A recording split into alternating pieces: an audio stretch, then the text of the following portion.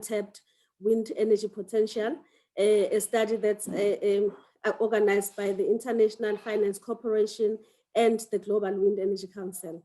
My name is Ntomfuthi Ntuli. I'm CEO of the South African Wind Energy Association, and I will be your moderator for today's session. As SAWEA, we are the voice of the wind energy industry in South Africa. We advocate for the growth and development of the sector. Personally, I have more than 18 years experience in the wind energy sector and have worked in government, research institutions, and now working for the private sector. Before we get started, I just want us to go through a couple of housekeeping rules just to make sure that our session runs smoothly. You can select your audio output and input here throughout the webinar. If you have any question or any technical issues, you can send us a message in the chat section of your screen. Throughout the webcast, you will be able to submit your questions to the panelists. At the end of the presentations, we will answer your questions in the Q&A session. If you have questions, if your question is selected, we will let you know and ask you to turn on your video and audio so that you can ask the question yourself directly to the panelists to make sure that the webcast is more interactive. If you cannot turn your audio or video on for whatever reason, please mention this when you're submitting your question in the chat function. We would also ask that when you're asking your questions to the panelists, please state your name, your organization, and keep your question as brief as possible. With that being said, let's kick off today's webinar, which will look at the findings of the new analysis done by the IFC that highlights Africa's impressive wind energy potential and discuss how we can harness this potential as a continent. Of course, the African wind market remains underdeveloped with only a few countries undertaking wind energy project development, and we certainly look forward to see what potential lies ahead for the African continent.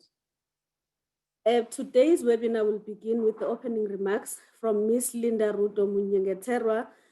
She is IFC's Regional Industry Director for Infrastructure and Natural Resources in the Middle East and Africa. After Linda's introduction, will be followed by a deep dive into the results of the new analysis with the presentation from Sean Whitaker, who is the Principal Renewable Energy Specialist at the IFC. We will then answer any questions you may have at the end of the webinar, like I've mentioned before. Please feel free to submit your questions at any given point in time during the presentation today, and we'll pick them up during the Q&A section. Without further ado, I will now call upon Linda Rudo Munyengeterwa to give us the opening remarks. Over to you, Linda.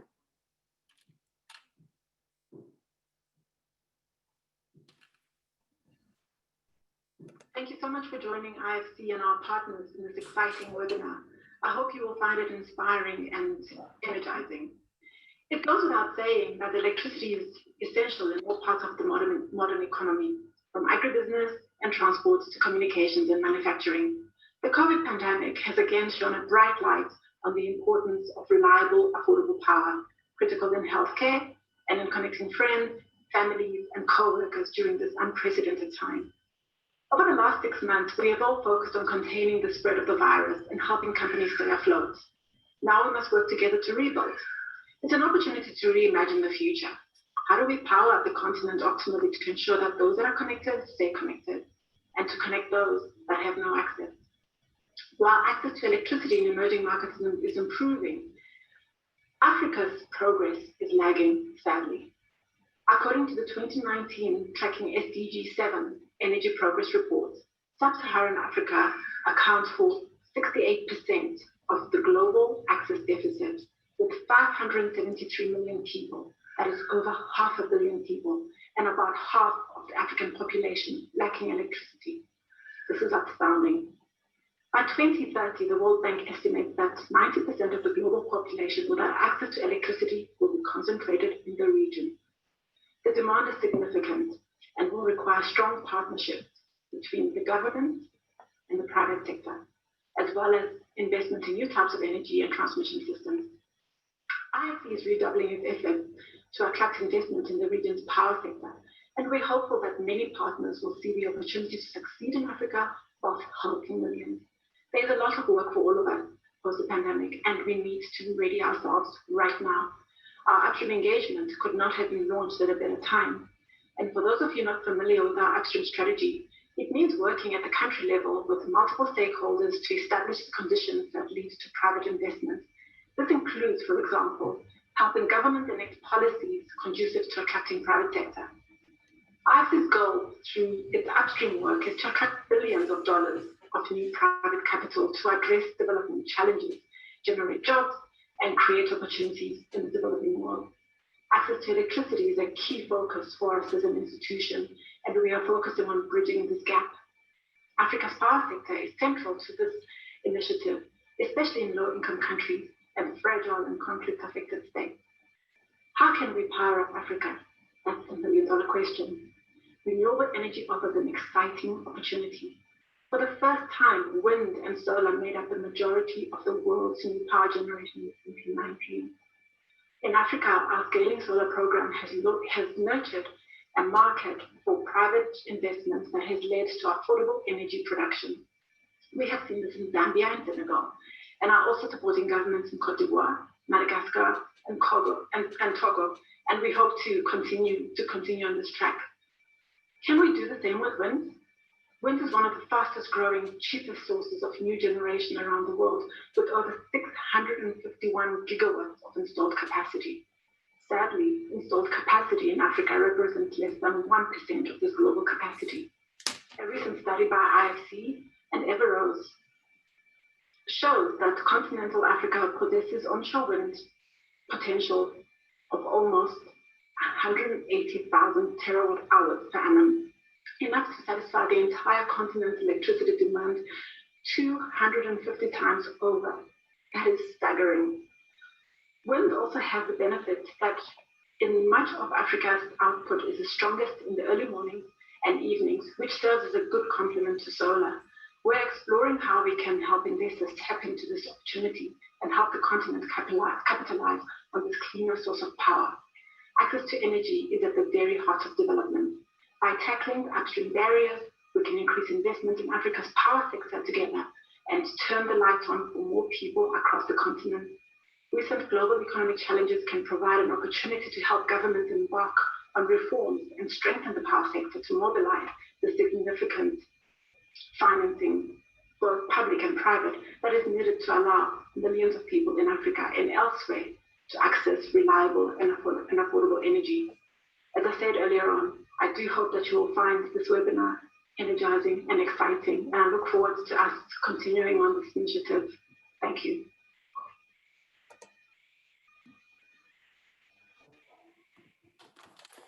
Thank you very much, Linda. That was very interesting, especially when you mentioned that almost 180,000 terawatt hours is the wind energy potential in Africa that exists, and we certainly hope that this will be unlocked in order to power up Africa, as we have said, that more than half of the continent is not electrified.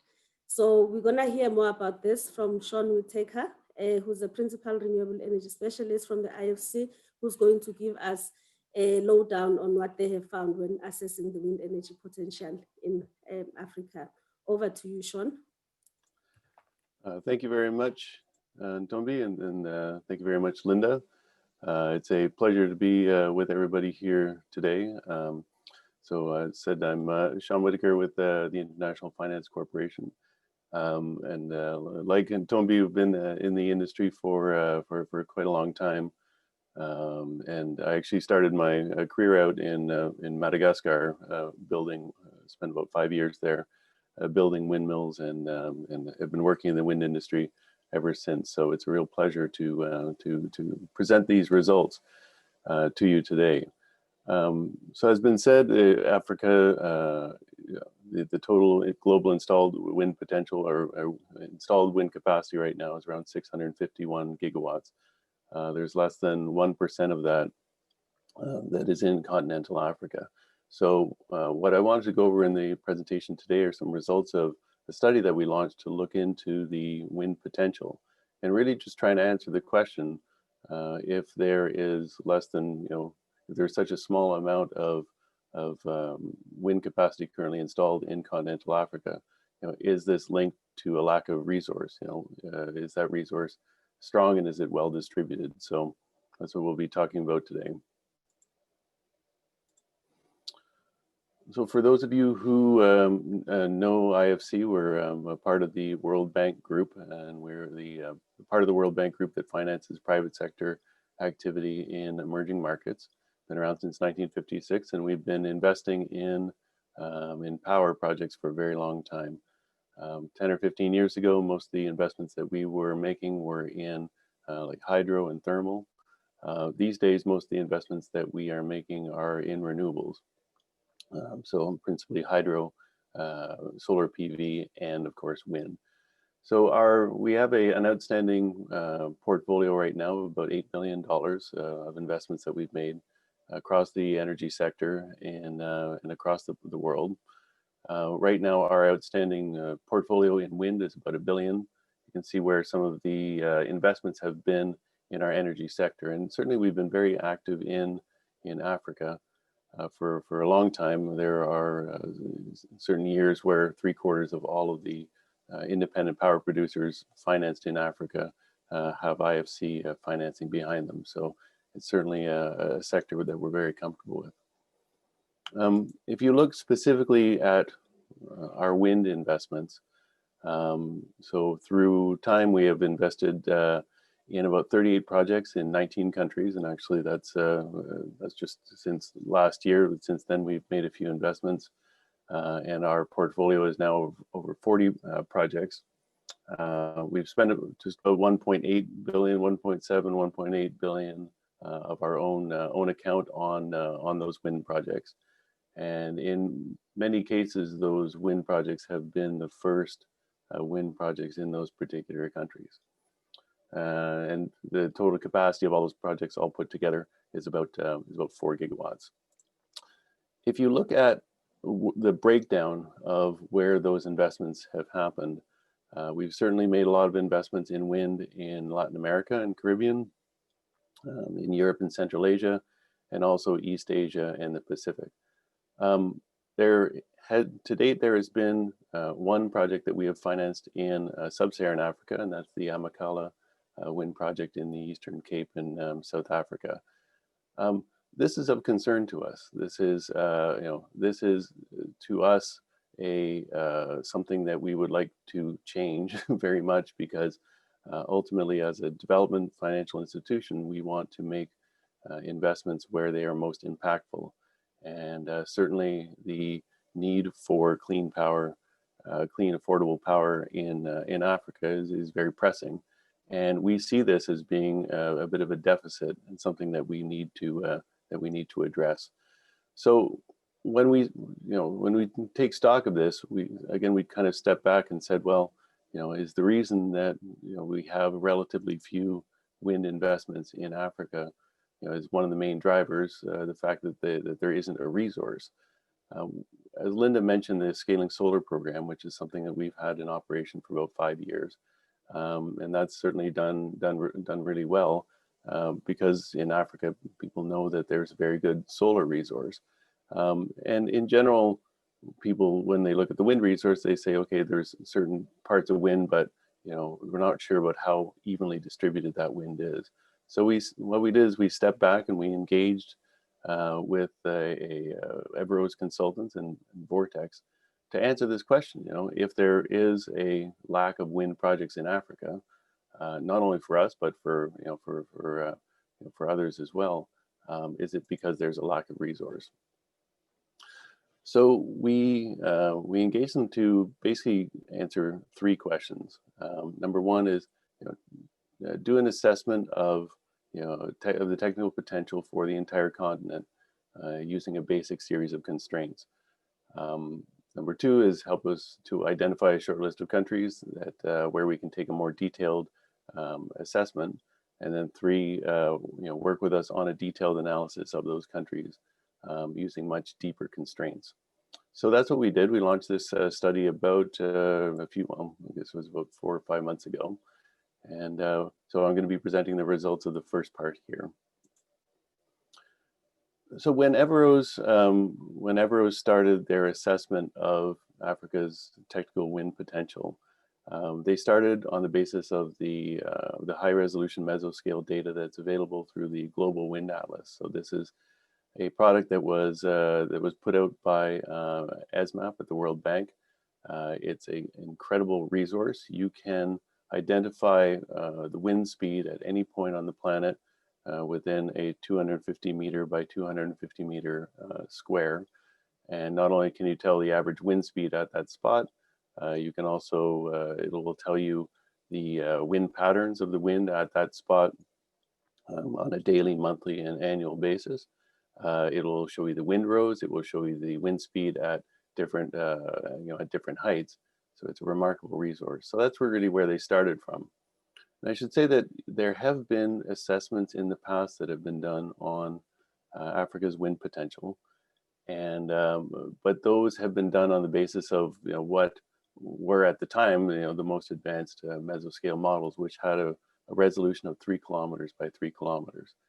So for those of us who have worked in wind for so long, we know that that wind can change quite drastically, even over a distance of 200 to 300 meters, which means that within a 3 kilometer square, you can have high winds, low winds, medium winds, but if you average them all out, then you won't be able to identify those small pockets of good wind resource that are in there. So again, the previous models, 3 kilometers by 3 kilometers, the models we're using here are down to 250 meters. The second assumption that we had them do is to say, look, wind turbines have changed a lot over the past 5 years.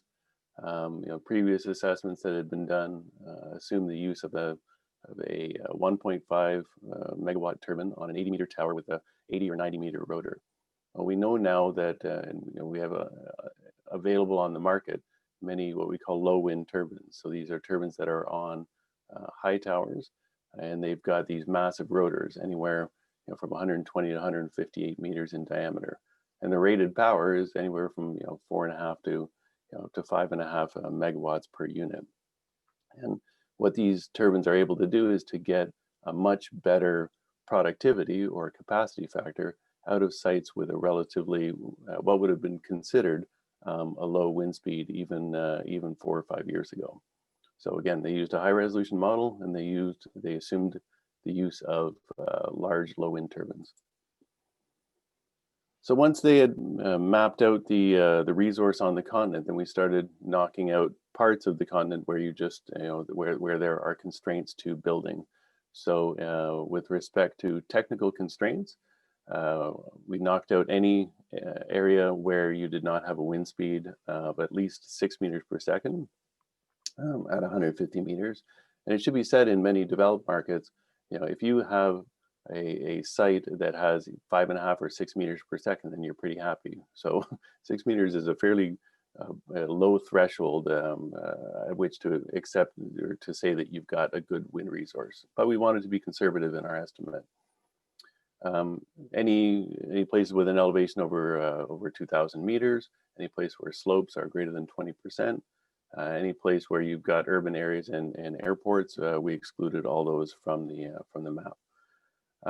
There was also a number of environmental and social constraints that we took into account. And again, this is at a very high level. So anywhere where you've got a high population density, and then anywhere where you've got certain protected areas. So UNESCO World Heritage Sites or certain IUCN protected areas. Again, in later analysis, we can look at more detailed constraints, but at a high level, these are the basic constraints that we wanted to apply. So Vortex went off, Vortex and Everoze went off and took a look at potential using these criteria. And this is what they found. So the map that you see here shows the potential for wind at various color gradations. So anywhere where you see blue is where you've got a fairly good potential. So these are areas that already match all of our criteria. You can get good productivity out of a wind farm in any of these blue areas of about 1.4, 1.5 gigawatt hours per annum. As you move up into the yellow areas, then you've got a pretty remarkable wind resource. That means you got high wind speeds, and it meets all of the technical and environmental and social criteria that we outlined before. If you get into the red areas, then you're into extremely high winds and extremely good good conditions. And it's important to point out also that what Everoze did is that they always selected the appropriate turbine for the appropriate site. So if it's a high wind site, then you take a high wind turbine. If it's a low wind site, then you take a low wind turbine. One of the things that struck us looking at this map when Everoze first produced it, it was not that you've got areas that have extremely high wind potential. What surprised us was the distribution of this wind potential.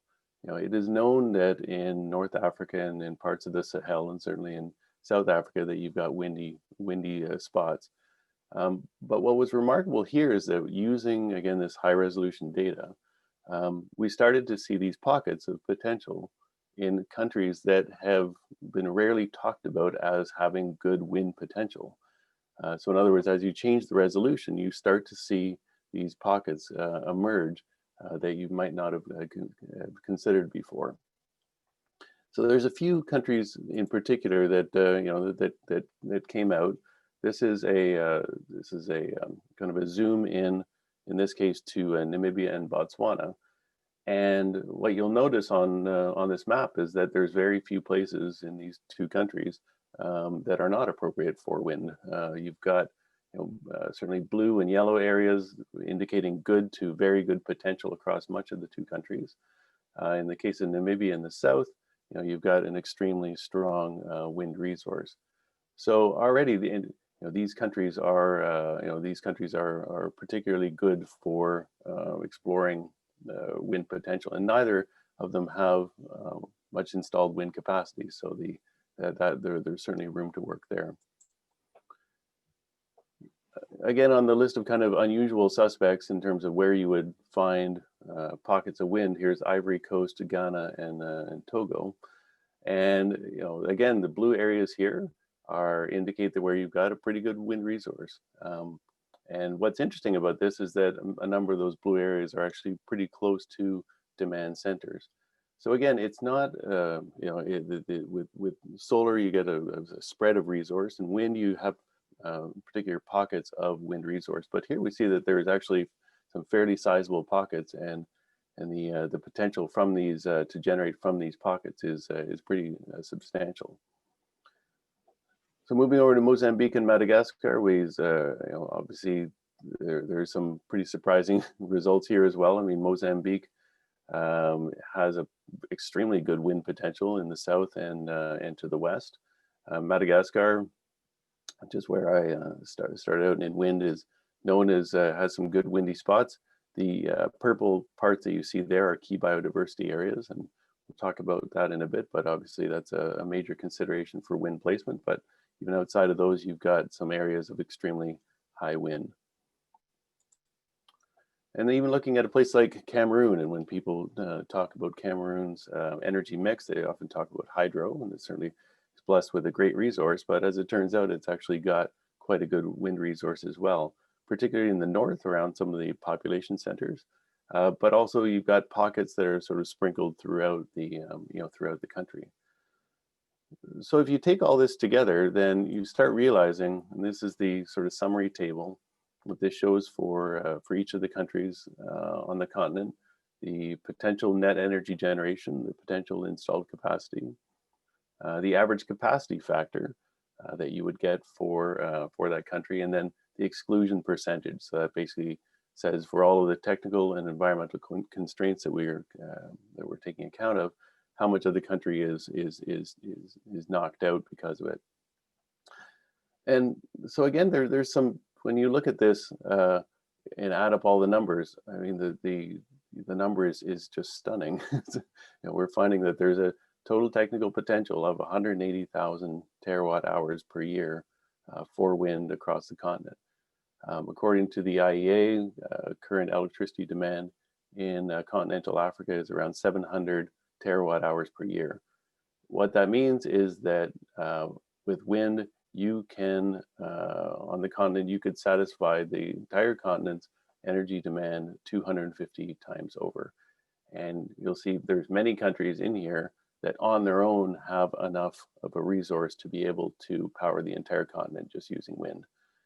So again, there's some of the kind of the usual suspects in the countries that we've always known have a really good wind resource. So obviously places like Algeria, Morocco, Tunisia, South Africa. But as I mentioned in the previous slide, there's a number of sort of what we would call the unusual suspects. These countries that, as it turns out, actually have an extremely good onshore wind resource. But we've never really talked so much about them. Places like Cameroon, Djibouti, Mali, Mozambique, Namibia, Nigeria's got an incredible wind resource. Ethiopia, Ghana, Ivory Coast, etc. And I think that this is to us, this was one of the big revelations: is that yes, there's wind in Africa, but it's actually much more distributed than I think any of us had ever assumed. So then we went back to Everoze and we said, okay, there is obviously a lot of really good wind potential across much of the continent. But what happens if you only look at what we would consider to be medium wind sites?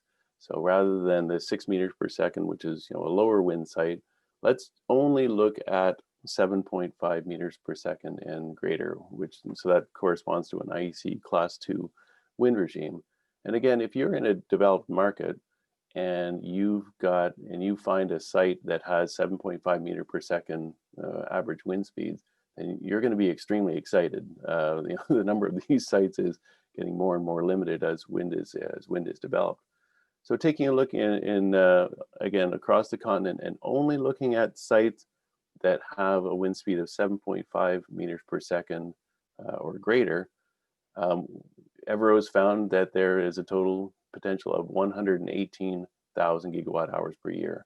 So in other words, 2/3 of Africa's total wind potential is located in places where you have a wind speed over 7.5 meters per second. And again, this is pretty stunning. This was there's some of these that are not surprising. So the first, the first one's going down to Morocco. We kind of knew that they've got a fairly good wind resource. The ones in the middle are slightly surprising. I mean, places like Namibia, Nigeria, Botswana. We were pretty surprised to see those pockets. But we were extremely surprised to see these ones. So places like Malawi and Zimbabwe, Cameroon, Senegal, and Ghana, as it turns out, if you just look at these medium to high wind sites, then they've got an extremely good potential.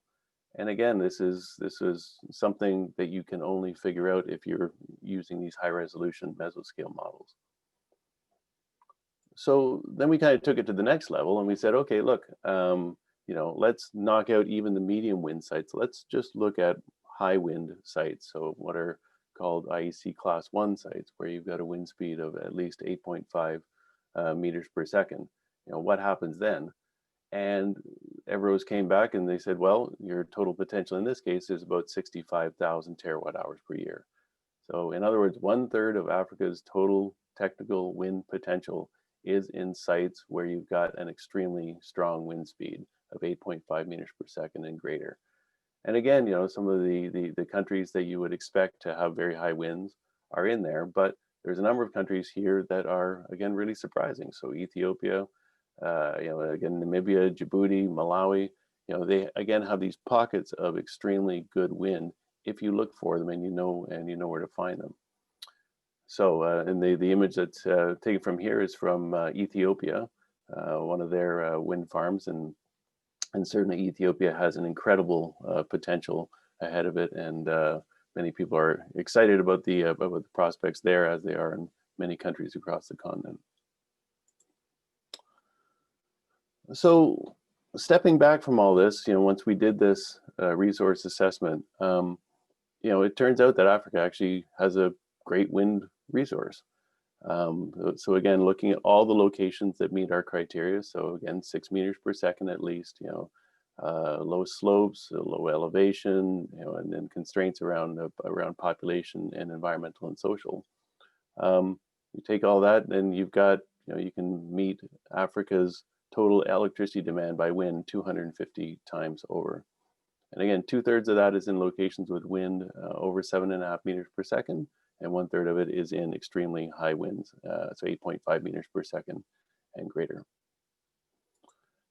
And as I said, what shocked us about this is just how distributed this wind resource is.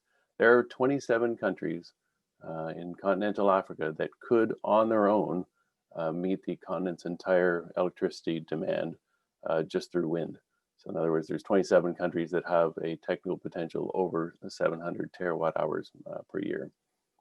And if you look at those, 17 of them have an average capacity factor, so that's the measured productivity of the wind farm, of over 30%. And again, there are places in in Western Europe where if you can get a capacity factor of like 28%, you're absolutely thrilled.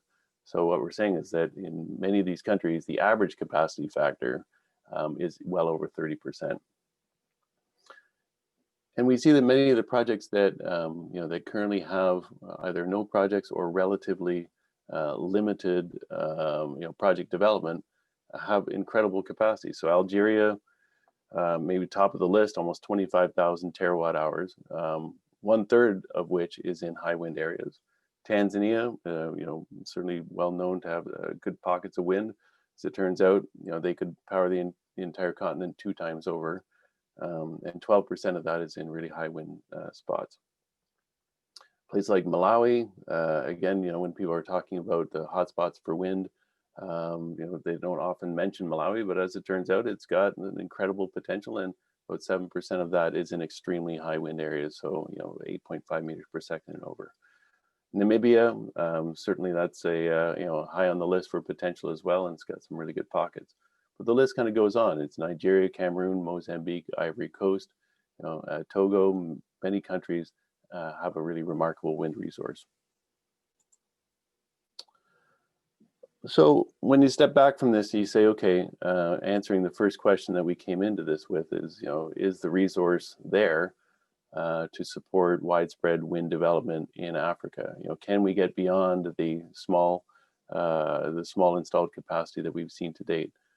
And the number one answer is absolutely. There's the potential is there. It's untapped, and we've shown that it's a very strong resource and well spread out across the continent. Number two reason why you would want to pursue wind in Africa is that it's competitively priced power. In many markets, in many of the emerging markets where IFC works, wind energy is one of the, if not the, cheapest forms of new generation that's available. And this is something we've really seen, a big trend we've seen over the last few years as the prices have come down. Wind and solar are extremely competitively priced if given the right conditions. The third is complementarity with solar, and Linda mentioned this during her opening remarks. The way that across much of continental Africa, in particular near the coastal regions, the main drivers of wind are not atmospheric, they're thermal. So you get wind flows that are driven by alternate heating and cooling of the land and the sea.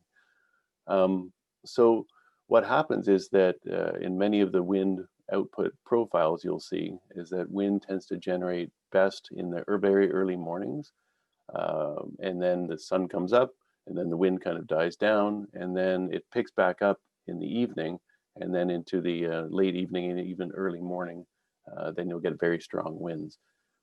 If you start tying this in with solar, then you have a perfect match, because it means that in the early morning, when demand starts picking up, wind is there to meet that demand. As the sun comes up and then solar generation kicks in, wind generation goes down. Then through the day, you have very high solar generation. Then you come into the evening and the sun goes down, wind picks up, and then it carries through to the end of the day. So the two of them working together, as we like to say, the sum is greater than the parts.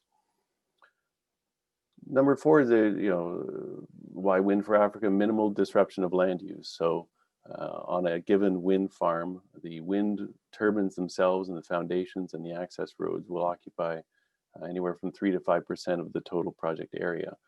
What that means is that it's relatively little disruption on the land use over what it was being used for before. So if there were agricultural uses of the land before, then those agricultural uses can continue pretty much as they were before with minimal disruption. So this is a huge advantage. So the picture that you see behind me is taken in the Eastern Cape in South Africa. That's the Amacala wind farm. And actually, if I move like this, you can see one of the old style windmills that used to be there. But what's interesting here is that after the Amacala wind farm was installed, the use of the land basically continued as it had been before.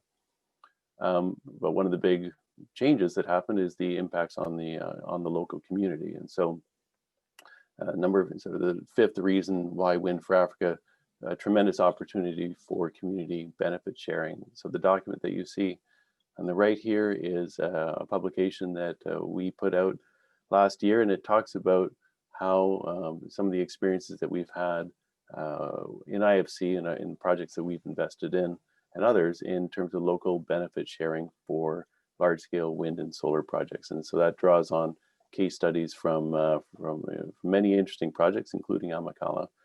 And what it shows is that the local economic development benefits that come not only from construction but from operation of the wind farm can really have a tremendous impact on the community. In the case of Amacala, it's led to many community development projects and the fundamental change in the availability of infrastructure and some of the resources that are there for the community to take advantage of. So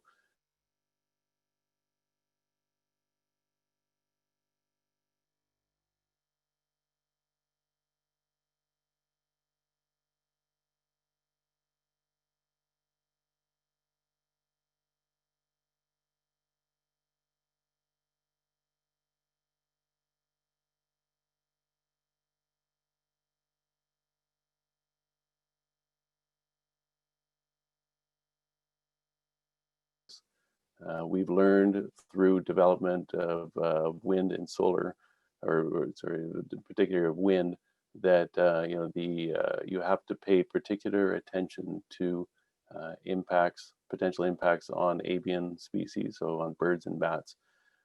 When we're developing a wind project, everyone knows that you have to do an on-site wind measurement campaign.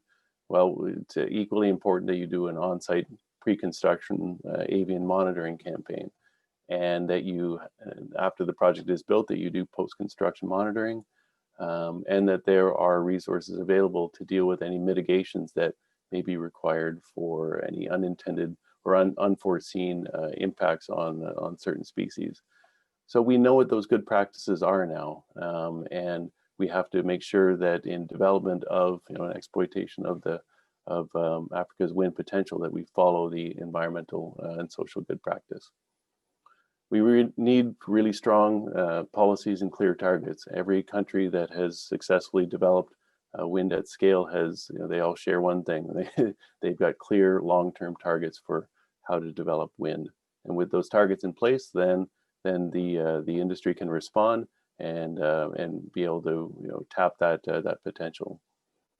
Number three, transmission and energy access. This is incredibly important. Tombi had mentioned issues around energy access, and certainly extensions of the grid are critical. If we're building more solar and more wind, then it's really important that everybody can access the benefits that it brings.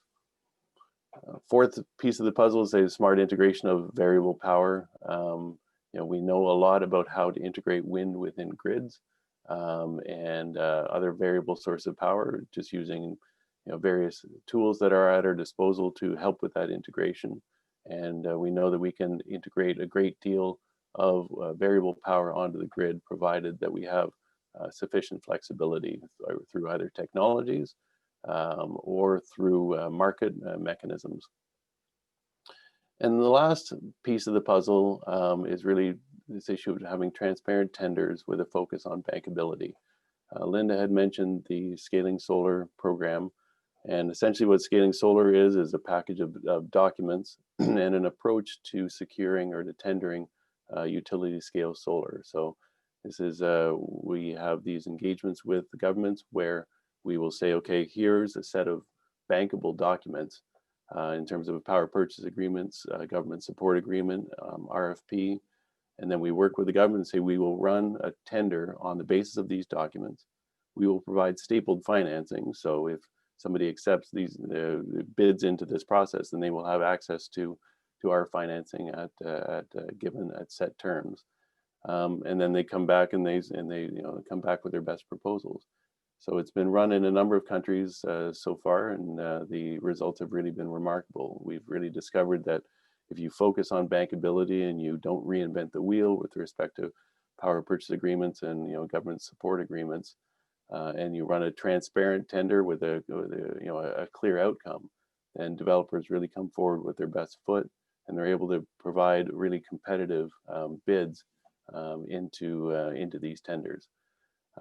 So we think there's a lot of lessons learned that can be drawn from scaling solar, because scaling solar was born out of this observation that there was not enough bankable solar projects in Africa. So perhaps we can use some of those lessons learned in trying to exploit the untapped potential across the continent. So I'll leave it at here. We've got, I think we're going to have a bit of time for Q&A, but thanks to everybody for participating, and certainly happy to answer any questions that you might have at this point. So back to you, Ntombi. Thank you very much, Sean. That was a very interesting and exciting presentation, especially from us from the wind sector, because as you know, we have, especially here in South Africa, a lot of developers who are obviously looking for opportunities to expand their development activities throughout the African continent. So this is quite a valuable study, and we will be distributing it across our members for the information. You just mentioned now in your last point, scaling solar, which is very interesting. Should we take this piece of work as a way for IFC to launch a scaling wind type program? So at this point, it's something that we're looking at. One of the things that we've observed is that the basic, as I said, the basic principles that apply to scaling solar, are more having to do with the documents and the process. And we've discovered when looking at it is that those documents and that process, they can apply equally to wind. So it's something that it's something that we're considering going forward, because I think that everyone agrees that particularly in we're at a moment now where big decisions are being made on power generation in Africa, and it's important to that wind kind of take its place alongside all the other energy sources. So I think it's something that we're really we're considering quite strongly. I will certainly look forward to that. I will get into the questions, and my apologies. We mentioned earlier that we will be allowing participants to ask the questions themselves, but in the interest of time, please allow me just to read a couple of questions that our panel has selected for Sean. Our first question is from Cyril Dubias from NG, who's asking why exclude wind speeds of 16 meters per second and above at 150 meters? And is the mapped potential per megawatt installed, and why not per capacity factor? I mean, for the first question, it's true. There's 6 meters per second is a fairly high threshold. We wanted to really take a conservative approach to it. On a first iteration, we looked at lower wind speeds, but we realized that the capacity factors were fairly low. But we figured that if you set the threshold quite high at 6 meters per second, if you met that threshold, then you are automatically in really, really good wind. But there's no doubt that that there are other pockets where you have a lower wind speed where development can make a lot of sense. If you've got 5.5 meters per second, and you've got and you're close to a grid interconnection point or close to a demand center, and so you're close to a port, so a lot of your other costs are lower, then the levelized cost of electricity from that plant might actually be really, really good. But again, it was just, we wanted to set a high threshold just to make sure that we were taking a conservative approach to the potential. I mean, if we had taken a different figure, then then the number would have been even more astronomical. Yeah. All right, sir, thank you for that. The second question is from Tibau Duong from GAIA, who's asking, what about strong wind sites far from the grids? How can we drive investment in the grid so we can exploit these resources? Right.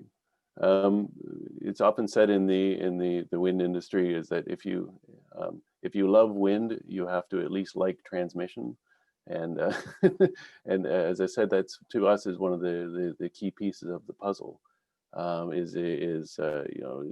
Is making sure that the grid can evacuate power from from good wind sites, but also that the grid build out can bring power to the people that need it the most. And electrification rates in many countries are low, so it has to be on both sides, and it calls for sort of holistic energy planning that looks at both generation sources and at grid expansion. And Tombi, I mean, it'd be good to talk about South Africa. I think it's a remarkable success of its program, and that it'd be interesting to get your views also on how important that has been as wind has been built out. The transmission that's come along with it. I mean, that's been a big part of your success, has it not? All right, great. The next question is from Daniel Struwig from Energy Systems, who's asking, regarding the mesoscale modeling grid spacing, were the maps created at 250-meter grid spacing and then downscaled, or created at lower resolution grid spacing and then upscaled to 250 meters? Yeah, so it's a process of it's a mesoscale model that's developed at a high resolution at the ground level, and then it's resolved. It's, I guess, it's how do you say, it's correlated with coarser data at a higher elevation. So those models can now actually come down. So what's available on the Global Wind Atlas right now is a resolution of 250 meters, but you can actually go down to 100-meter resolution. And again, that's it's downscaled, so it's the granularity of what you can look at for wind speeds is pretty remarkable. If you look at the Global Wind Atlas, there's an explanation of the methodology and all the models and correlations that went into it. But one of the things that's interesting to note is that we ran an exercise a couple of years ago with with Everoze and Vortex generates the mesoscale models. And we asked them to predict the output at a number of our wind farms based solely on the location of the turbines. So we didn't give them any wind data. We didn't give them any met mass data. We just said, here are the turbines, here are the locations. Tell us what the output of this wind farm is. And just using these high resolution 100-meter resolution mesoscale models, and they came within 5% of the wind farm's output. So the ability to predict output from a wind farm just solely based on this mesoscale data is truly remarkable. That's one of the major developments that's happened in the wind industry in the last 4 to 5 years. All right. So for myself, I'd just like to know what are the next steps to preparing the wind sites? Are there specific countries identified among the list presented, which will be prioritized given all the variables that you mentioned? Yeah, I mean, we would like to, that's what we're doing now, is that we're now that we've looked at potential on a continental level, there's specific countries that we want to kind of drill down into. And I think for those countries, we're kind of looking at what we would call the unusual suspects. So, we know obviously South Africa is, is very well developed renewable sector and wind sector. Morocco and a number of other countries are well on their way. What we're looking at are countries, again, that have been revealed to have a very high wind potential, but don't necessarily have a lot of wind development, that's being planned right now. So, and there's many countries to choose from. I mean, even Botswana, Namibia, Ivory Coast, a number of these countries that, where we know now that they've got a great wind resource. We want to drill further into it and then say not only what is this wind resource at a more granular level, but what's the likely cost of power that's likely to come out from these wind projects. And then, if you apply other constraints, particularly with respect to environmental and social constraints, then we're going to try to kind of go to the next level of detail. But again, we want to focus on the countries that, where wind is not currently an active part of the conversation about new generation sources, because we now know that it should be a part of those discussions, and there's many compelling reasons for it. So we're working on that list now, but yes. All right. I've got a question from Antonio Buiza from Energy Systems, who's asking, taking into account grid deficiencies and technology price, how do you expect wind can compete with distributed solar plus storage in the next 5 to 10 year horizon? The way that I always see these things, it's not an or, it's an and. Okay. I think that, that it's not that all these energy sources are necessarily competing against each other. I mean, we kind of need them all. And what's interesting about them is that they tend to work together very well. So if you've got, if you've got a grid that's a mix of large, utility scale, wind and solar plants and, and other more flexible power, power sources, and you've also got distributed solar, you've got utility scale solar, you're using storage as a means to increase the flexibility of the system to integrate renewables. I mean, ultimately, that's the best solution is one that brings all these technologies together. Because as has been mentioned, wind tends to generate at a different time of the day than solar. So it's a matter of taking a holistic view of energy planning and saying these are the tools that we have at our disposal. What the tools can we bring together to lead to the outcome that we're seeking, and the outcome is competitively priced, clean, and broadly available power. So that's, I think that's the ultimate goal, and all of these things are just means to getting to that end. Yeah. All right, so having said that, how can we get investors more excited in the wind energy projects in Africa? I think, there's already, and I think a lot of the participants here represent other banks and developers. There's a tremendous amount of interest. We've all at one point looked at Africa and said, well, why isn't more happening there? And so I think the excitement is there. I think that what has to happen is, a clear signal from the government saying, we realize that this is a potentially important part of our energy matrix, and we're going to put in place strong policies and targets to help develop, this wind resource. Once those targets are in place, it's a matter of putting in the mechanisms to secure them, and that's running, transparent tenders that can really help to de-risk the projects. And make them appealing to a broad range of international and local investors. But again, that whole process, and that's one of the things we learned from scaling solar, is that, we say a chain is only as strong as its weakest link. And so if you run a tender and there's a certain part of that, like there's a power purchase agreement that is not bankable, or there's not the sufficient government support that's required to backstop the offtake, then the chain will break. So it's a matter of using what we know as being international standard bankable documents in a transparent process. And we are convinced that that investors will come flocking, and certainly IFC is one of those investors. Ultimately, we would, I would hope that we could come back to this session 5 years from now, and that map that I showed you at the beginning showing IFC's investments in Africa. I would hope that there would be, many times more projects across the continent, because the time is really now to act on it. Yes, most certainly. I'm gonna start wrapping up and ask the last question in the interest of time. The last question is from Samantha Ralston Payton, who's asking, what is the IFC's perspective on the most important next steps to address environmental challenges associated with large-scale rollout of wind? And I'm gonna give you, that was my second last, then the last question is from Etienne Dakare, who's asking, are there any plans for a similar study focus on offshore wind in Africa?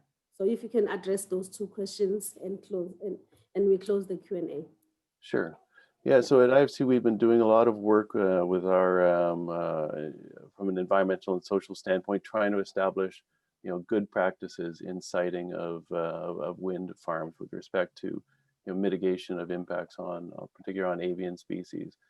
And we know, there's been a great deal of experience in terms of what it takes.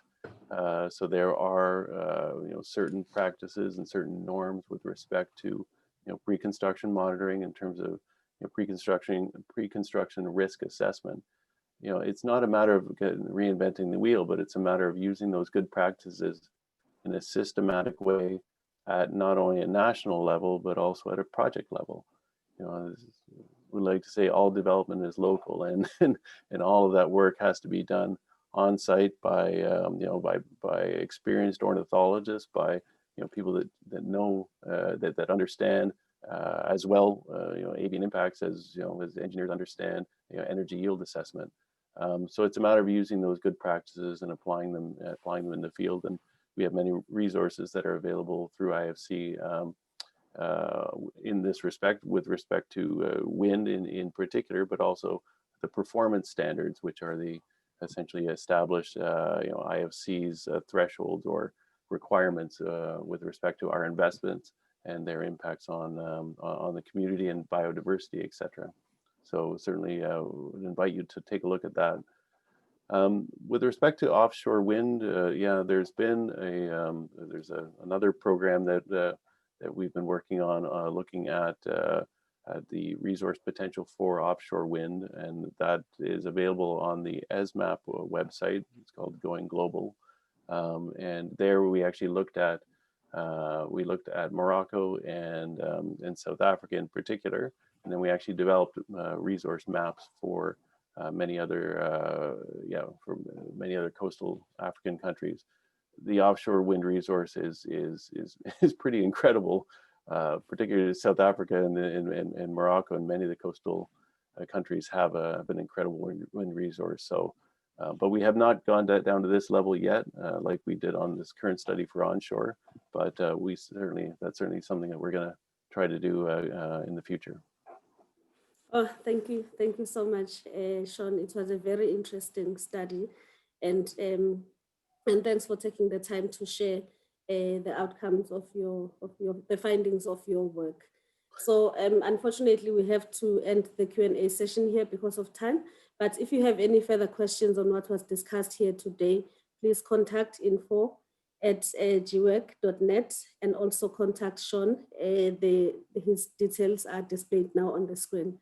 And if you have any questions about the South African wind energy market, feel free to contact Sawea at admin@sawea.co.za.